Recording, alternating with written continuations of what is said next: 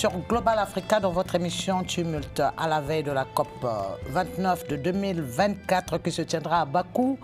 Nous allons dans ce numéro de Tumulte sur Global Africa Télé Sud nous intéresser à la justice climatique. Oui, des dégâts du chlordécone qui ont été reconnus comme des crimes, mais on n'a pas trouvé de coupables. Il y a eu également des déchets toxiques en Afrique et aucun procès n'a jamais été tenu pour nous emmener une justice par rapport à l'écocide qui se tient quand même sous nos yeux. En plus, nous parlerons de l'amoindrissement de la population des pays industrialisés souhaités. Mais comment faire quand dans le même temps, les pays africains doivent s'industrialiser ou pour se développer? Pour en parler, je reçois Sylvie Etiam Kofi, consultante en transition écologique et développement durable. En face d'elle, le charmant Serge-Éric Meignier, fondateur de Grafield Ventures et auteur de l'Afrique face au cynisme climatique. Alors Sylvie, une justice climatique pour l'Afrique, est-ce possible? C'est possible. C'est possible, vu que l'Afrique est le plus grand pourvoyeur de matières premières.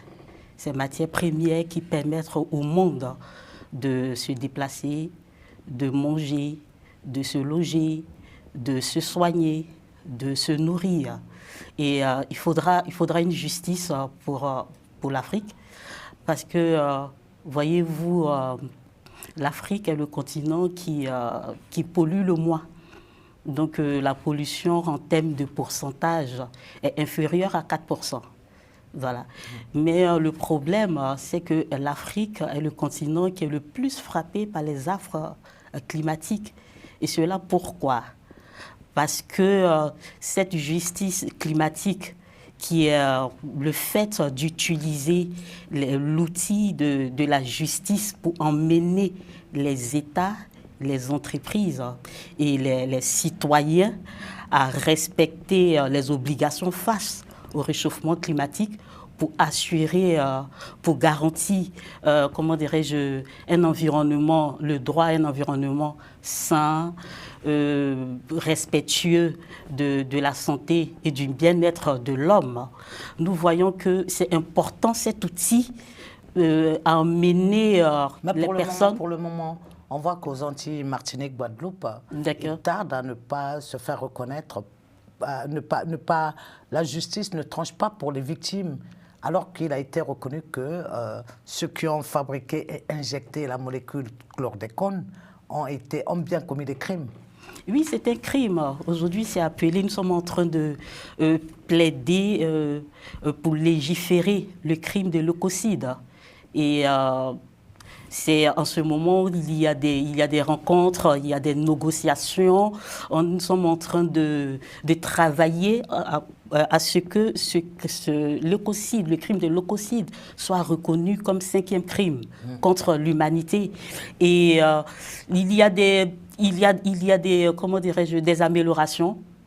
Il y a eu des groupements de personnes, des populations qui ont gagné des procès contre des États, contre des entreprises et contre même des individus qui ne respectent pas, comment dirais-je, qui ne respectent pas les normes par rapport à un environnement stable. Serge-Éric, est-ce que ça vous fait penser à Monsanto, qui a quand même reculé par rapport à la manipulation du vivant, qui en plus est injecté sur le marché, ce qui est pas normal du tout? Oui, c'est un vrai sujet et c'est très compliqué en même temps parce que beaucoup aussi, même parmi les personnes qui en souffrent aussi, ils trouvent leur compte. Par exemple, l'exemple de Monsanto est très bien parce que d'un côté, Monsanto, avec ce qu'il produit, détruit quand même l'environnement, occasionne pas mal de maladies, il a été condamné plusieurs fois. De l'autre côté, il y a des agriculteurs qui sont devenus addicts des produits de Monsanto parce que sur le terrain, ils voient tout de suite le changement, les sols sont plus fertiles, les plantes sont plus résistantes, les fruits sont plus gros, les tomates sont plus rondes, etc. Ça, c'est l'effet visuel immédiat. Ouais, c'est ça. Donc, comment trancher là-dessus? il faut une vraie politique de santé publique. C'est-à-dire que quelle est la part justement qu'il faut traiter parce que ça représente une menace pour les populations et l'environnement. Et de l'autre côté, s'il y a des sanctions à prendre pour des entreprises qui savent pertinemment que ce qu'elles mettent sur le marché pose un problème à l'humanité, il faut les ramener à l'ordre. Donc c'est difficile de trouver la balance entre les deux, surtout que la sanction des entreprises suppose aussi priver les populations d'un produit qu'elles désirent quelque part. Donc c'est ça la vraie difficulté, c'est des entreprises assez puissantes aussi, et elles jouent aussi sur ce levier en disant mais, si on le fait, c'est parce que les gens demandent ça. Donc comment négocier avec ça, c'est assez difficile. Mais effectivement, il faut être beaucoup plus strict avec ces entreprises quand même.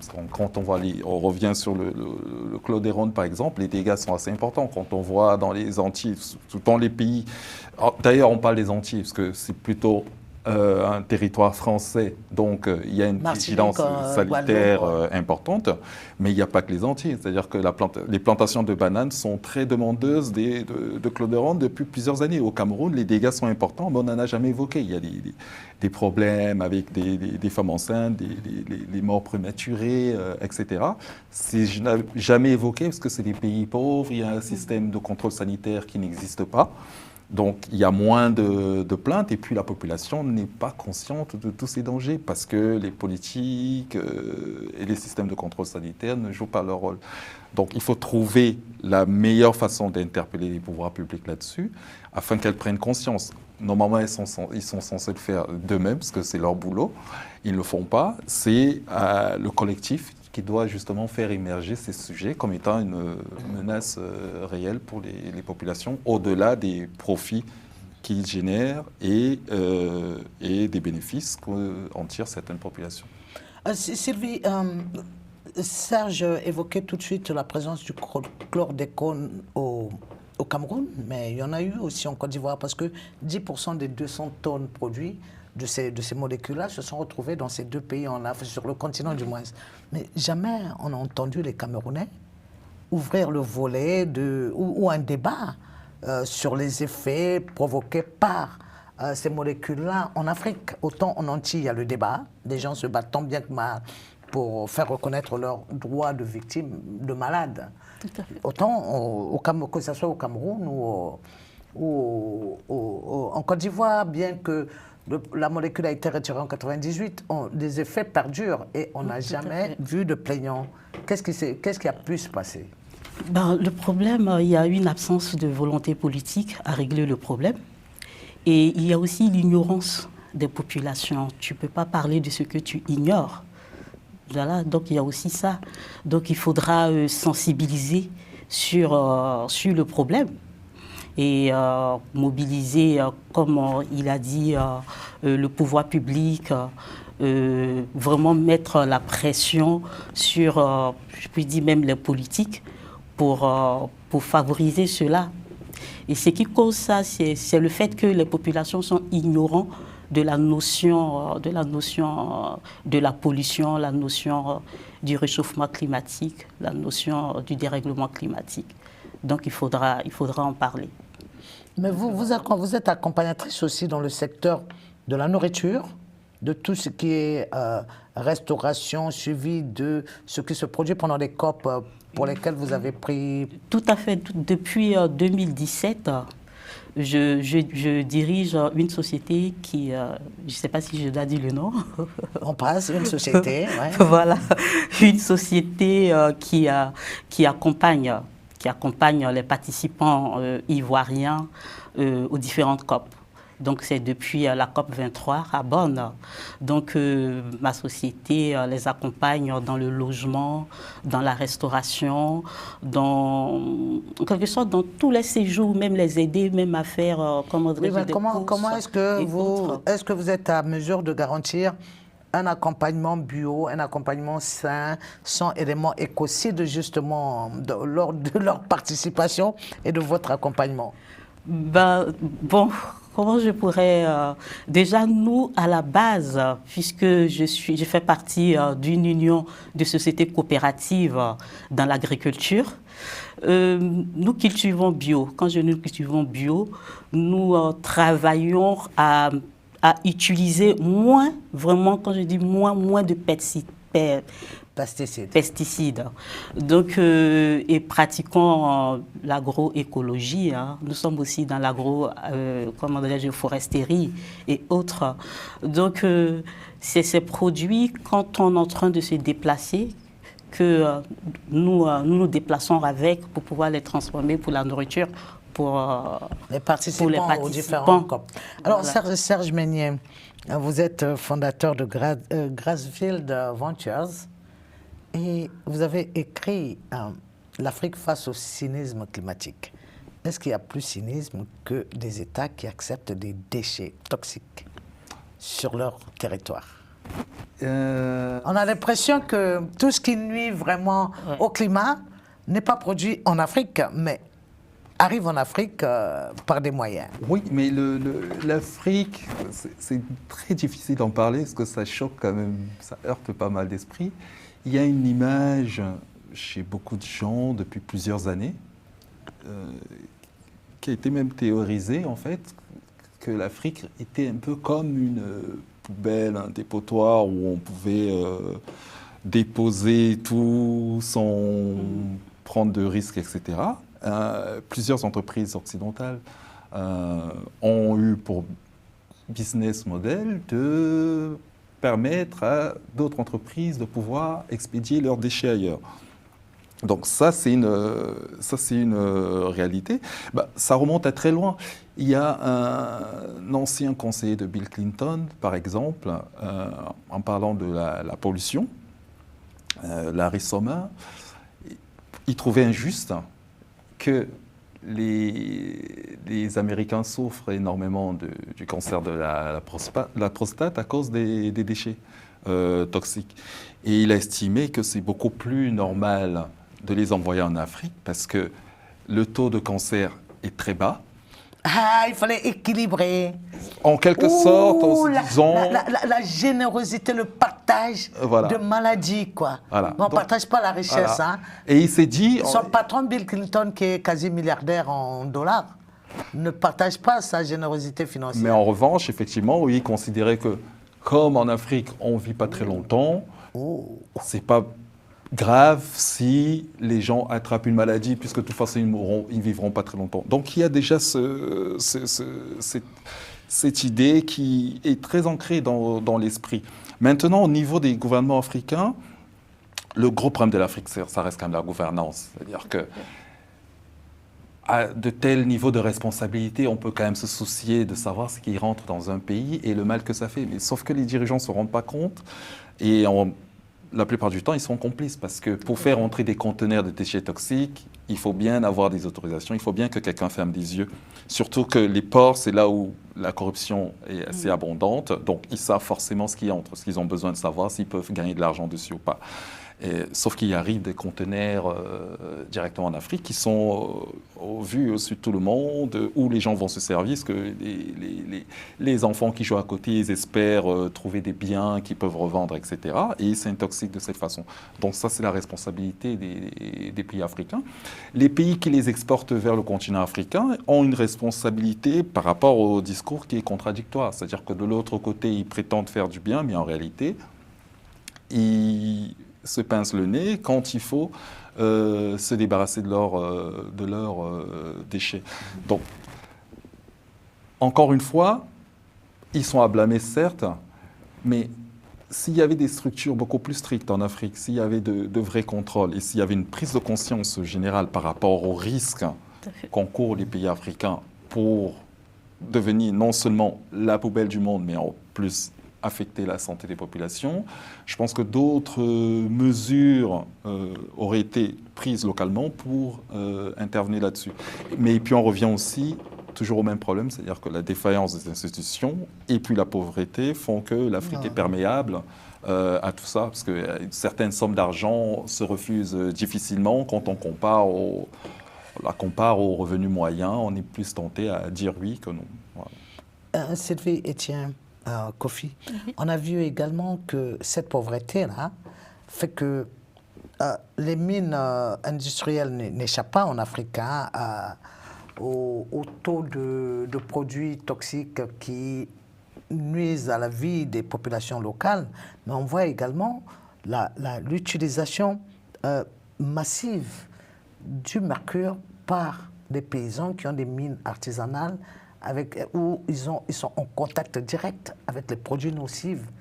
Donc, qu'est-ce qui fait qu'on n'arrive pas à se mettre loin de ces choses-là pour mieux éduquer nos populations à ne pas y avoir accès ou avoir accès à tout ce qui est écocide et humanicide, humanicide également, en prenant des précautions en amont? C'est pour cela que nous, les personnes de la société civile, nous ne cessons de sensibiliser, nous ne cessons de mettre la pression sur les dirigeants, sur les politiques. Et le problème, c'est que, je voudrais dire, l'économie mondiale est extractive.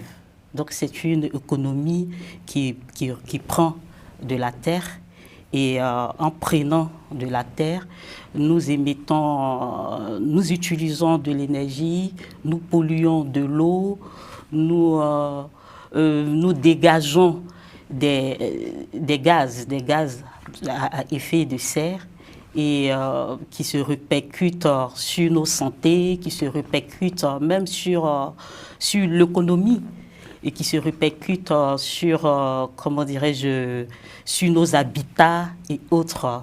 Et pour cela, il faudra que ces États-là puissent adopter des politiques saines, mais vraiment des politiques saines, véritablement génératrices de croissance, des politiques qui vont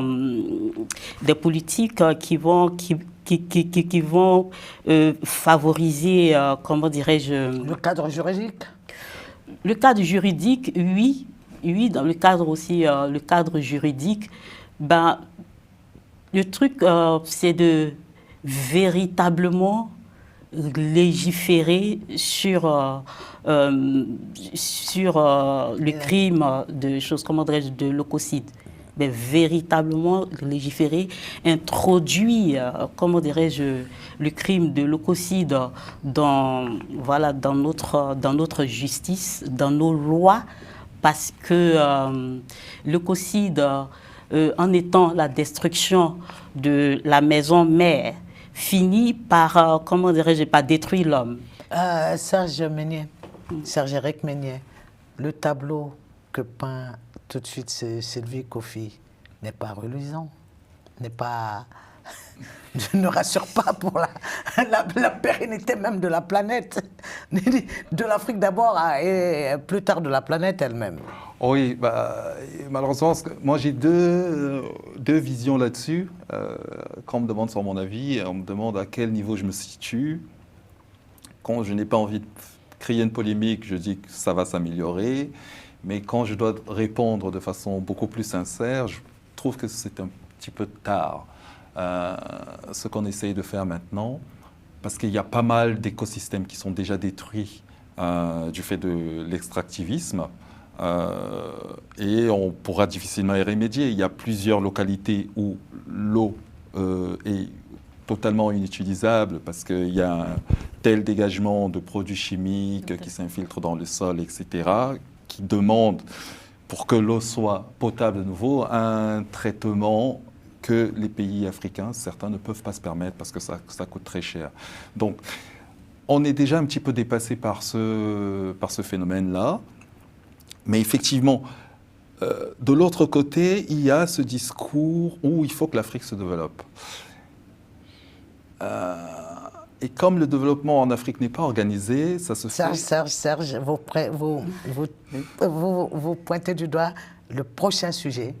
et nous allons marquer une petite pause pour revenir et nous évoquerons de long en large le développement de l'Afrique face au dérèglement climatique et justement à cette justice sociale tant voulue, quoi. Merci, chers téléspectateurs. On se retrouve dans quelques instants.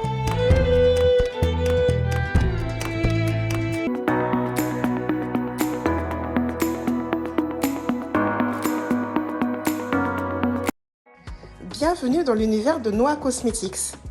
Nous vous proposons une gamme de produits à base d'ingrédients naturels, des produits mixtes adaptés pour la peau, les cheveux et le visage, et également pour toute la famille.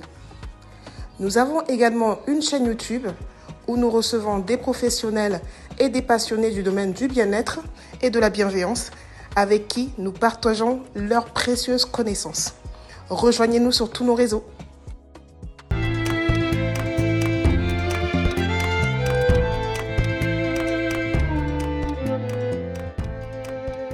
À la veille de la COP24 qui se tiendra à Bakou à partir de demain, chers téléspectateurs, nous allons parler de la justice climatique. Et pour en parler, bien sûr, il y a Étienne Sylvie Kofi, consultante en transition écologique et en développement durable. Serge-Éric Meunier, fondateur de Graphic Adventures et auteur de l'Afrique face au cynisme climatique. Serge-Éric, on évoquait le développement de l'Afrique face à cet imbroglio. Je pense que c'est quand même alambiqué de vouloir une stabilité, moins de pollution et le développement en même temps. C'est difficile. Quelle équation faut-il pour y arriver? C'est difficile. Moi, je préfère la plus risquée. Parce qu'après, elle permet de pouvoir s'occuper de l'environnement. On ne peut pas faire l'inverse. C'est-à-dire que l'Afrique n'a pas les moyens actuellement de s'occuper de l'environnement. C'est trop lui demander. Ça coûte cher, ça demande une organisation, des moyens qu'elle n'a pas.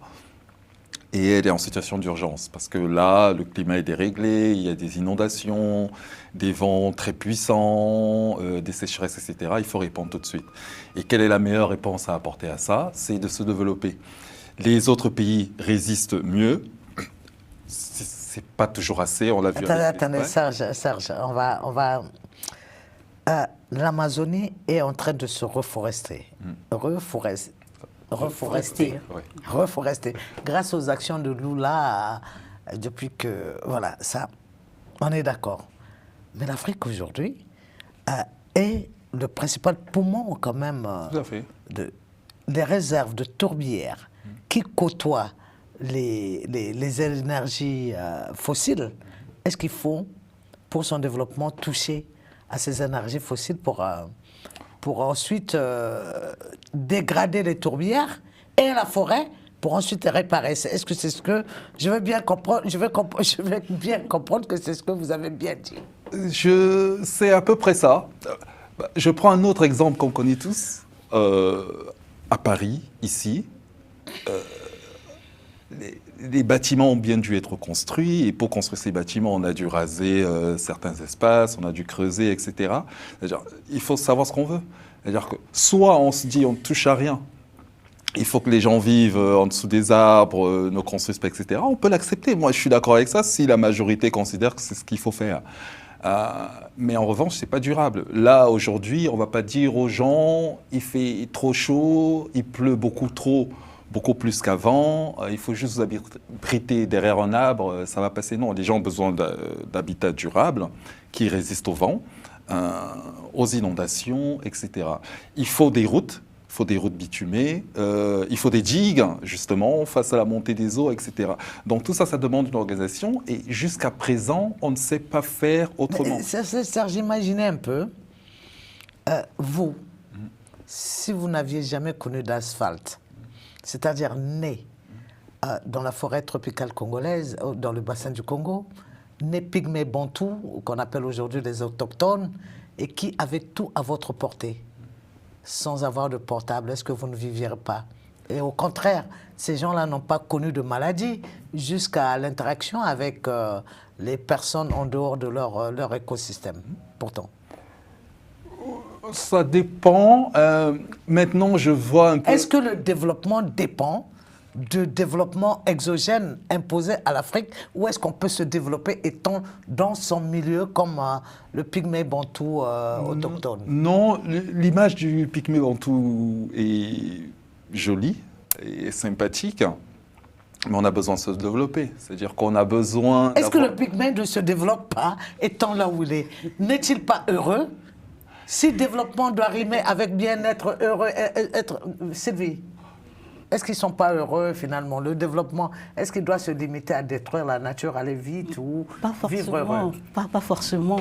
La confusion que nous faisons, c'est d'associer le développement à l'industrialisation. Voilà. Et l'industrialisation demande, comment dirais-je, la transformation à grande échelle des matières premières. Et c'est ce qui a fait qu'aujourd'hui, nous avons tout ce problème-là de dérèglement climatique. Parce qu'il y a eu plus d'émissions de gaz à effet de serre à travers nos méthodes de produire cette économie, cette industrialisation, cette croissance. C'est ce qui a fait qu'aujourd'hui, il y a un peu plus de gaz à effet de serre dans l'atmosphère qui dérègle, je reviens encore à ça, dérègle tout. Nous avons vu les pyramides d'Égypte qui tiennent des milliers d'années après, la mosquée de Tombouctou, la mosquée de Djenné qui tiennent sur des centaines d'années, alors que c'est du matériel basique. Oui, mais sauf que récemment, au Niger et au Mali, du fait des inondations, il y a certains sites historiques qui ont été emportés, justement par les inondations. Donc ça veut dire qu'on a besoin de connaissances supplémentaires, on a besoin de technologies nouvelles, et tout ça n'est développé que par l'apport du capitalisme, parce qu'il y a de l'argent qui finance la recherche, il y a des brevets qui sont émis, des nouvelles façons de travailler, etc. Je ne suis pas convaincu que les gens aient vraiment envie de vivre comme les pygmées. C'est-à-dire que c'est dans la marche, c'est dans le sens de l'humanité que les gens adoptent de nouvelles façons de vivre et sont attirés par le développement. D'ailleurs, la preuve...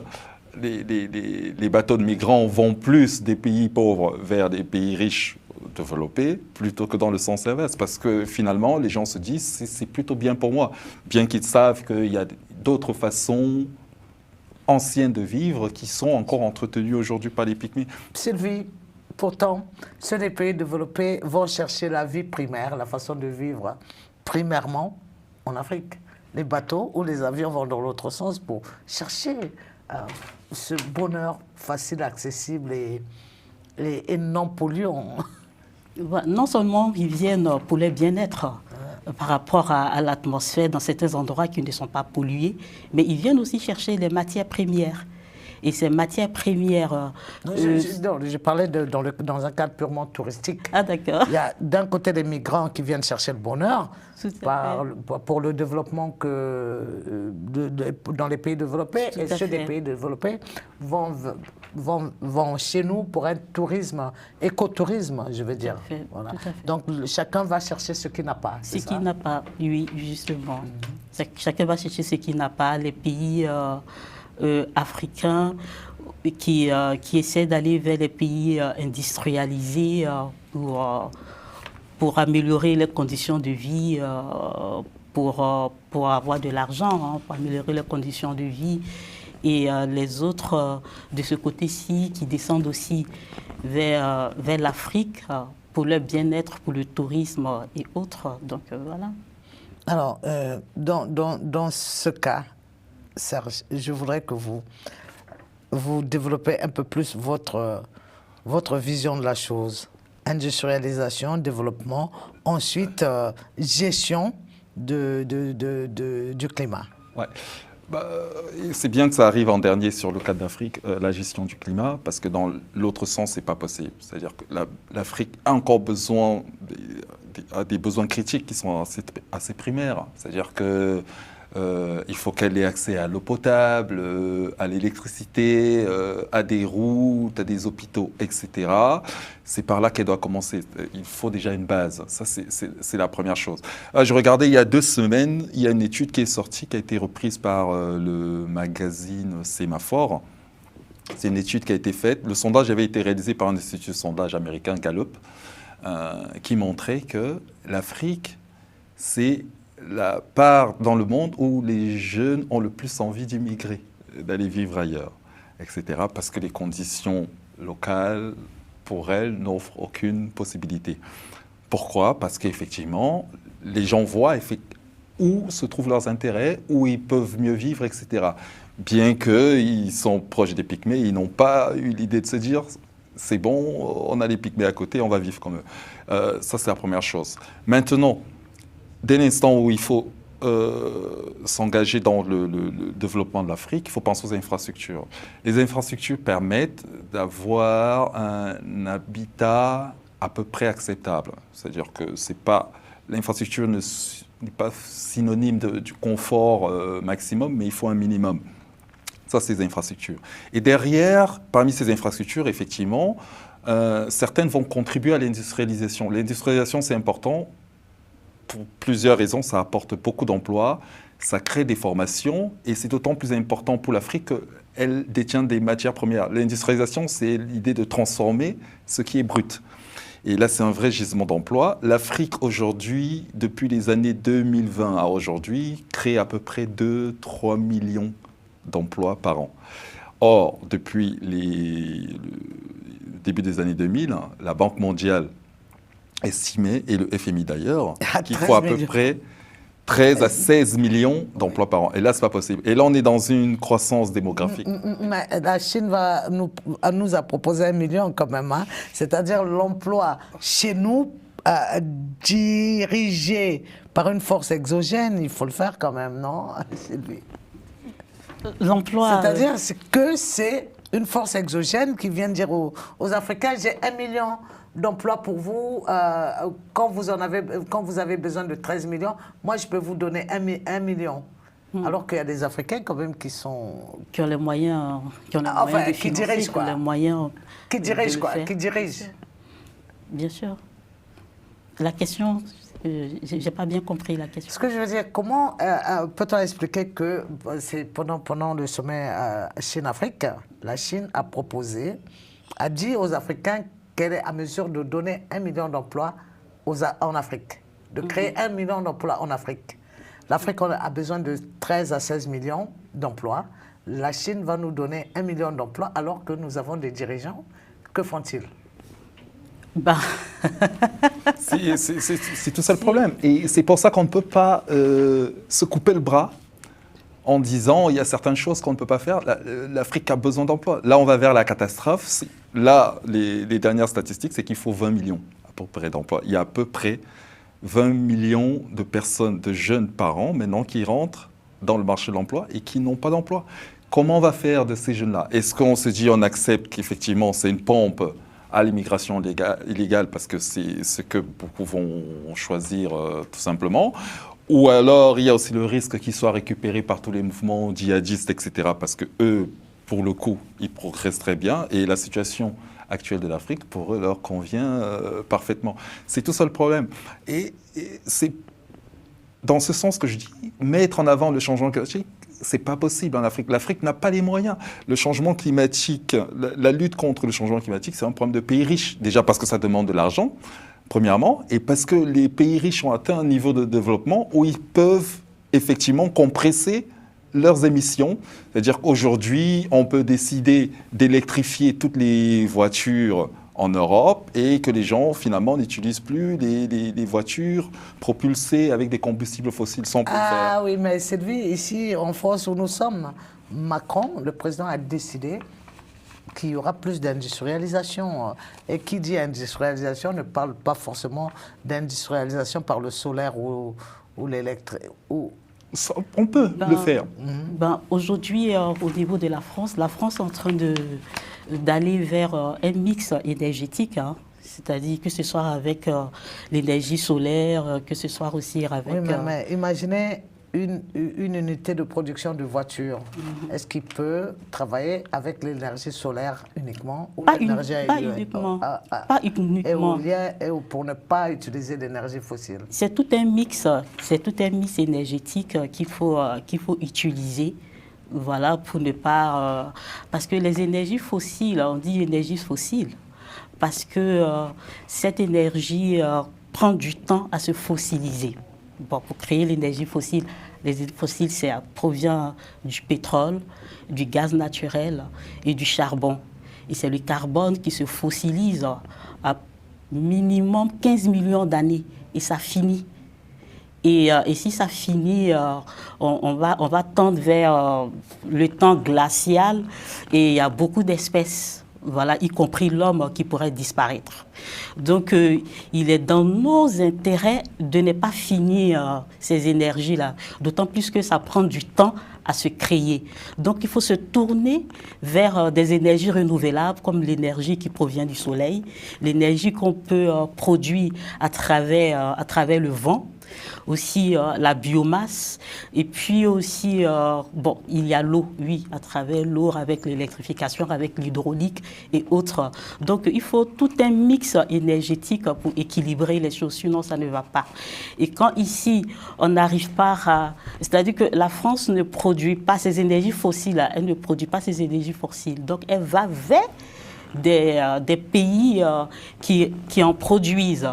Et c'est là que le problème se situe. C'est là que le problème se situe. Et puis, il y a d'autres énergies, par exemple, je me permets, parce que, par exemple, le nucléaire, ça fait peur à beaucoup de gens, y compris à moi, mais le nucléaire a l'avantage de ne pas émettre. Et encore moins la fusion nucléaire dont on n'arrive pas à... voilà. qui reste un projet, quoi. Ça devient intéressant.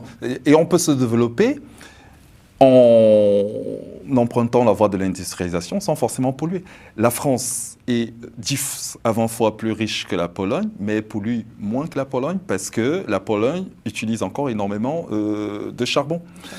Singapour, pareil, est beaucoup plus riche que la Pologne, mais elle a un mix d'énergie renouvelable qui fait que son taux d'émission est bas.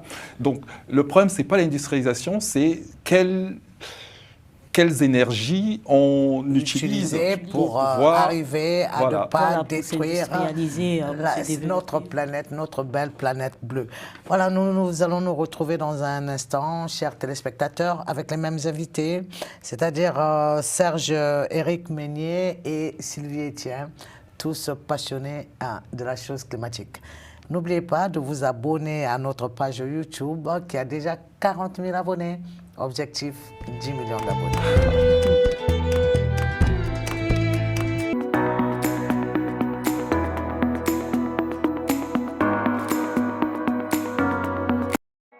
Bienvenue dans l'univers de Noah Cosmetics.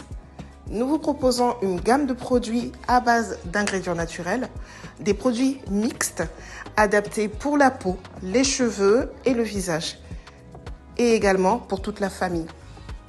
Nous avons également une chaîne YouTube où nous recevons des professionnels et des passionnés du domaine du bien-être et de la bienveillance avec qui nous partageons leurs précieuses connaissances. Rejoignez-nous sur tous nos réseaux.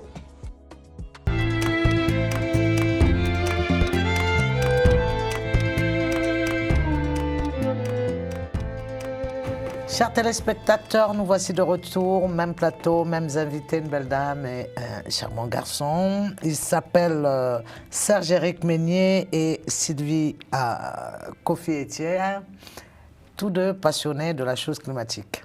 Alors, nous parlons de climat, nous parlons de son bénéfice sur Terre, mais est-ce que, Serge Meignier, vous n'allez pas nous dire que de toutes les façons, la destruction de la planète est irréversible. Il ne s'agit que question de temps.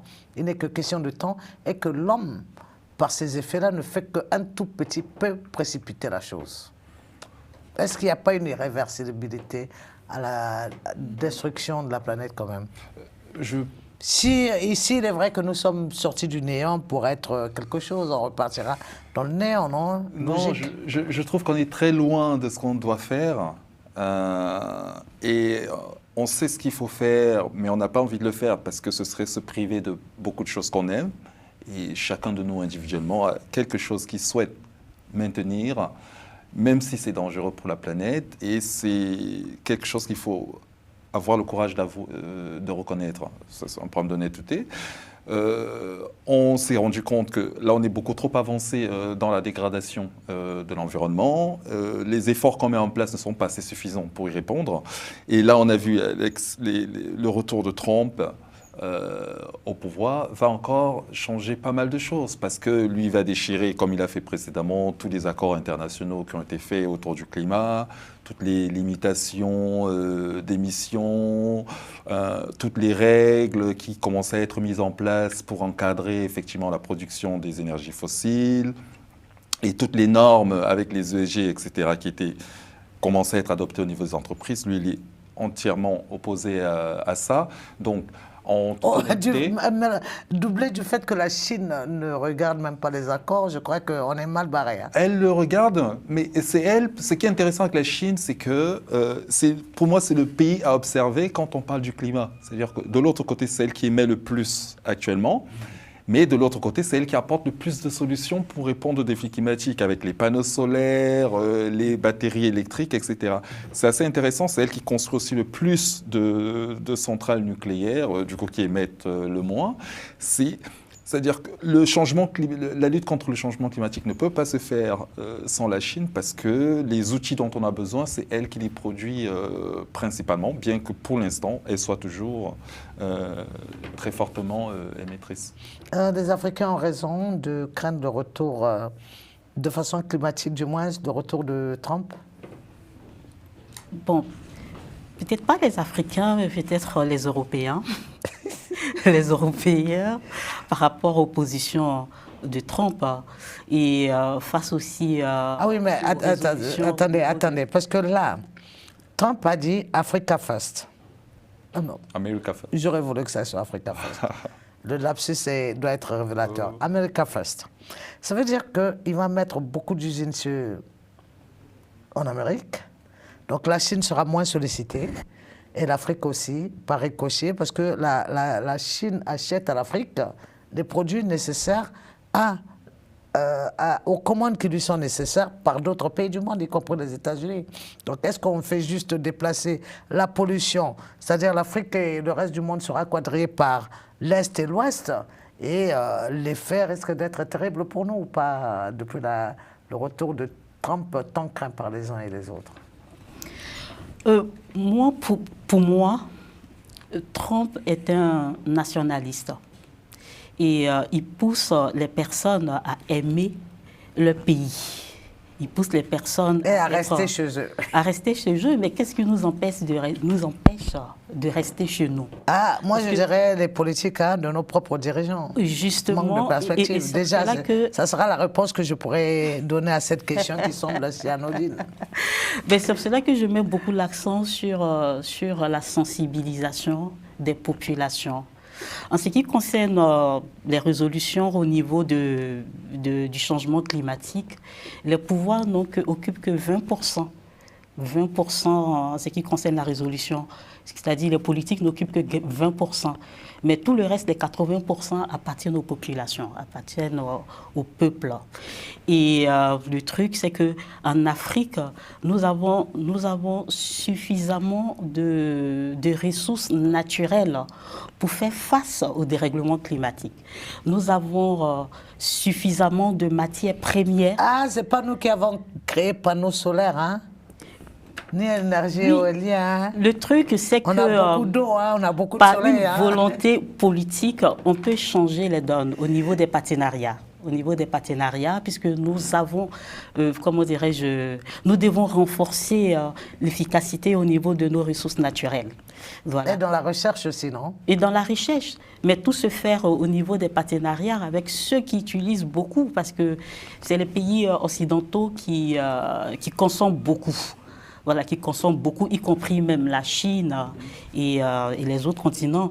L'Afrique possède, c'est vrai, ces matières, mais elle ne consomme pas autant et elle ne transforme pas autant. Et c'est cette transformation-là qui émet la pollution. Moi, c'est justement à cette transformation que Serge demande d'aller à cette transformation pour développer l'Afrique, la rendre riche, ensuite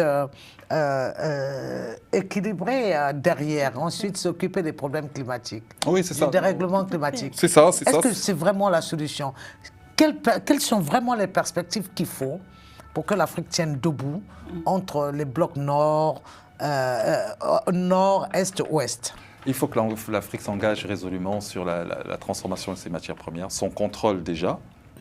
Ça suppose aussi de revenir sur les contrats, la plupart léonins, qui ont été signés, dont certains remontent à l'ère de la colonisation et qui ne sont même plus à jour. Ça, c'est la première chose. Donc, le Sénégal, par exemple, est en train de revoir effectivement tous les contrats miniers qui ont été signés plus tôt. C'est assez complexe, ça demande de faire intervenir des gros cabinets d'avocats, c'est des dossiers assez complexes. Mais ça, il faut le faire. Il faut savoir faire un état des lieux de ce qui se trouve localement et puis comment les gérer. Ça, c'est un vrai chantier. Et puis, effectivement, s'engager vers l'industrialisation, parce que je reviens là-dessus, parce que c'est hyper important. C'est-à-dire que l'industrialisation en termes d'emploi, c'est assez important, et en termes de salaire. C'est-à-dire que les retombées financières de l'industrialisation sont beaucoup plus importantes que l'extraction simple qui se fait pour la revente. La matière première ne vaut rien quand elle n'est pas transformée. Parce que les gens se disent en Afrique, pourquoi on a autant de matières premières mais on est toujours pauvre? Oui, parce que les matières premières à la base, elles ne coûtent rien. C'est-à-dire que c'est une fois qu'il y a une transformation qui se fait où on acquiert la valeur. La Côte d'Ivoire, par exemple, c'est le premier exportateur, c'est le premier producteur de noix de cajou. Oui, elle voit à l'Inde qui gagne plus que... Voilà. Oui, donc, les chiffres. Voilà, en noix de cajou. Donc, la Côte d'Ivoire, premier producteur, mais la Malaisie est le premier exportateur. Oui, c'est la Malaisie. Pourquoi? Parce que, tout simplement, ils achètent... Et gagne jusqu'à 200, la Malaisie gagne jusqu'à 250 fois plus que la Côte d'Ivoire. Voilà, exactement. Donc, ça, c'est des choses sur lesquelles il faut travailler. Il n'y a pas de valeur ajoutée en ouvrant son sol pour qu'on puisse creuser. Ça n'a aucune valeur. Ceux qui gagnent derrière, c'est les Musk, c'est la Chine, etc. Parce que les batteries, le cobalt qu'on prend en RDC, ça ne vaut pas grand-chose. C'est important dans la chaîne de production de valeur, mais à la base, ça n'apporte rien. C'est ceux qui qui fabriquent les batteries, qui les revendent après à des fabricants de voitures, etc., qui gagnent de l'argent. Donc l'industrialisation, c'est l'étape obligée pour le développement de l'Afrique. Je ne vois pas comment on pourrait faire autrement pour pouvoir enrichir l'Afrique, pas parce qu'il faut que l'Afrique soit riche, mais parce que les gens ont besoin de revenus et qu'ils puissent vivre dignement. Et après, derrière, penser à l'environnement. Ça ne veut pas dire qu'il faut faire tout et n'importe quoi, parce qu'on reste concentré sur le développement, mais il faut faire des choses étape par étape. C'est ce que la Chine fait, c'est ce que les autres pays ont fait. Les pays riches actuellement sont en train de se concentrer sur leur développement, et bien qu'ils ont déjà atteint un stade de maturité, continuent toujours à extraire des matières premières parce qu'ils ont besoin de ça pour faire tourner leur économie. Voilà, donc qu'est-ce qu'il faut, qu'est-ce que vous proposerez, vous, présidente du monde mondial de la COP 29, si on vous dit solution contre les crimes, contre l'injustice climatique, que direz-vous? Solution, déjà légiférer le crime de l'écocide. Donc, introduire ce crime dans nos différentes lois et reconnaître que c'est un crime contre l'humanité. Donc, détruire les ressources naturelles, détruire, comment dirais-je, la terre, ça revient à détruire l'humain.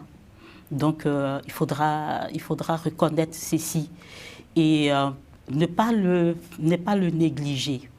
Donc, je pense que c'est ce qu'il faudra mettre l'accent. Cette année, à cette COP-là, les pays feront les bilans par rapport à leur contribution déterminée au niveau national. Depuis la COP, comment dirais-je, de 2000, la COP 26, il a été résolu comme ça que ces contributions déterminées soient, comment dirais-je, soient réalisées par les territoires, c'est-à-dire les régions. Donc, permettre à chaque région d'élaborer un plan climat et pour lutter contre le réchauffement climatique. Donc, je pense que pour cette année, ils feront les bilans par rapport à ce qui a été fait, ce qui a été gagné au niveau économique, ce qui a été comment dirais-je, fait au niveau de la réduction, comment dirais-je, des émissions de gaz à effet de serre et autres, quoi. Et prendre de nouvelles résolutions pour renforcer les ambitions, quoi. Alors, Serge Eric, président pour un an de la prochaine COP ou de cette COP-ci. L'audace, la volonté, il ne faut pas avoir peur, il ne faut pas avoir peur de déplaire. La bataille de l'énergie, c'est hyper important. Non, là on parle sur la justice ou contre les injustices. Pour la justice, je n'y crois pas parce que depuis Glasgow, Copenhague, il y a plusieurs annonces qui ont été effectuées, il n'y a rien qui a abouti finalement. Là, il y a la Papouasie-Nouvelle-Guinée qui a annoncé déjà il y a 2 semaines qu'elle n'y participerait pas cette année. Est-ce que c'est une perte de temps? Bon, moi, je suis toujours pour que les gens se parlent, mais je comprends derrière ce qu'elle dit, c'est que en fin de compte, rien n'a vraiment changé. C'est-à-dire que les promesses ne sont pas tenues, mais même pas que financières. C'est-à-dire qu'il y avait une idée d'ouvrir certains brevets pour que certaines technologies puissent être librement utilisées, pour pouvoir mettre en place des projets écologiques. Parce qu'effectivement, elles émettaient moins, etc., sur les panneaux solaires, où il y a besoin de certaines technologies, etc. Les Américains, par exemple, se sont opposés parce qu'elles défendaient leurs entreprises. Donc, on revient dans le cynisme habituel. Donc, au niveau des compensations, promesses, etc., j'y crois très peu. Et j'y crois d'autant moins encore que là, avec l'arrivée de Trump, lui qui est pour qu'on ne finance pas tout et n'importe quoi, et qui prêche la fermeture, l'isolationnisme, etc., je crois difficilement que les choses vont avancer de ce côté-là. On le voit aussi avec la guerre en Ukraine où les financements commencent à tarir parce que chaque pays se dit, en fin de compte, on n'a pas assez d'argent, la guerre, on ne sait pas jusqu'à quand elle va aller, etc. Et la première victime, c'est l'écologie. Même en France, on le voit. C'est-à-dire que le gouvernement Barnier commence à s'attaquer à des budgets qui étaient alloués à l'écologie, etc. C'est le dossier le plus facile à régler pour certains gouvernements parce qu'ils se disent les gens ont des problèmes plus immédiats, ça reste abstrait. On va avoir des conséquences comme ce qui s'est produit en Espagne ces derniers temps et après on verra. Donc il y a cette espèce de négation de la réalité, mais en même temps une preuve aussi de réalisme, parce que les gens se disent, mais moi si je ne réponds pas aux besoins directs des gens, je ne suis pas élu. Donc les compensations, etc., j'y crois de moins en moins. L'idée derrière, c'est qu'il faut les pays africains en particulier, décident de se lancer à fond dans la bataille de l'énergie, parce que le développement ne se fera pas sans énergie, l'adaptation au changement climatique ne se fera pas non plus sans énergie, et là c'est la clé. Et alors, plus avec le bénéfice de pouvoir s'enrichir derrière, parce qu'une fois que c'est transformé, ça permet à des usines de fonctionner, à des écoles d'être éclairées, des foyers où les enfants peuvent lire les cours le soir, etc.